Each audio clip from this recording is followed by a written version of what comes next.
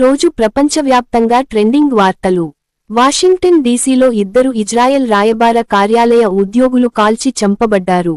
Israel ప్రధాని Netanyahu తీవ్రంగా స్పందించారు. బ్రిటన్, చాగోస్ దీవులపై మారిషస్కు సార్వభౌమాధికారాన్ని అప్పగించేందుకు ఒప్పందం కుదుర్చుకుంది. ఉత్తర కొరియా రెండవ నౌకా ప్రయోగం విఫలమైంది. అధ్యక్షుడు కిమ్ జాంగ్ ఉన్ కార్యక్రమంలో పాల్గొన్నారు. ఫిలిప్పీన్స్ అధ్యక్షుడు ఎన్నికల పరాజయాల నేపథ్యంలో అన్ని మంత్రులు రాజీనామా చేయాలని ఆదేశించారు. గ్రీస్ దీవులలో 6.1 తీవ్రతతో భూకంపం సంభవించింది. ప్రాణనష్టం లేదు. సాన్ డియాగోలో ప్రైవేట్ విమానం ప్రమాదంలో ది డెవిల్ వేయర్స్ ప్రాడా బ్యాండ్ మాజీ డ్రమ్మర్ డేనియల్ విలియమ్స్ సహా 6 మృతి చెందారు. టోటెన్హామ్, మ్యాంచెస్టర్ యునైటెడ్ను ఓడించి యూరోపా లీగ్ టైటిల్ను గెలుచుకుంది.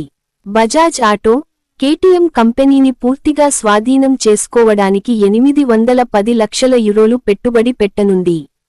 హోండా, భారతదేశంలో 4వ అసెంబ్లీ లైన్ స్థాపన కోసం 920 కోట్ల రూపాయలు పెట్టుబడి పెట్టనుంది.